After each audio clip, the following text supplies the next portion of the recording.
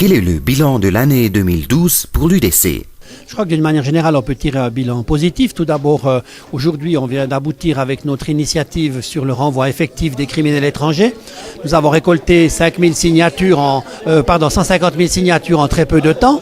C'est pour nous une sorte de record.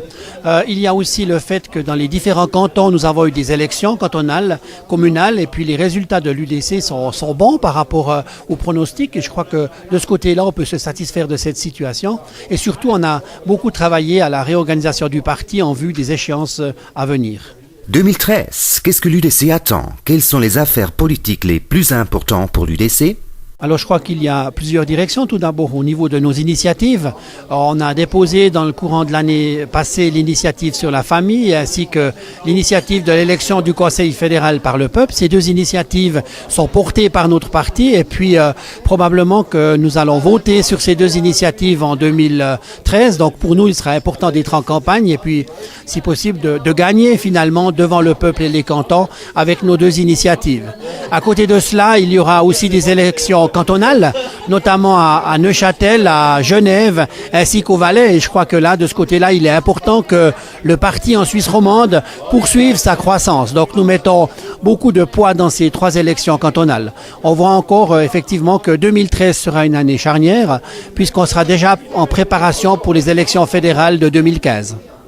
Je pense que la relation avec l'UE, c'est aussi très important de parler de ça en 2013. Alors, évidemment que notre parti est très attentif à l'évolution des relations avec l'Union européenne. Comme on l'a dit, on se rend compte que la classe politique et puis aussi les principaux acteurs politiques, finalement, à mots cachés, disent clairement qu'ils ne souhaitent plus de la voie bilatérale et souhaitent effectivement un rapprochement avec l'Union européenne, ce que ne souhaite pas l'UDC au niveau institutionnel.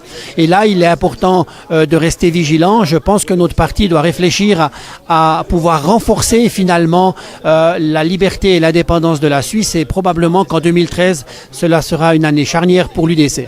2013, une année spéciale pour la Suisse en matière de stratégie politique? Oui, je crois qu'on voit très bien que la Suisse, comme l'a bien dit notre conseiller fédéral et président de la Confédération Willy Maurer, il faudra que les Suisses aient de nouveau confiance en eux. Il faut que nous partions dans les différentes négociations qui attendent notre pays avec de la force et de la conviction et nous pouvons compter sur Willy Maurer pour finalement impliquer au niveau du Conseil fédéral une telle démarche. Mais je crois que notre parti devra aussi accompagner cette démarche avec bien sûr cet engagement pour nos deux initiatives qui sera important, l'engagement aussi dans les cantons pour gagner des élections cantonales et montrer que notre parti est toujours en croissance et puis bien sûr cette vigilance envers l'Europe. Je crois que ça pour nous est prioritaire.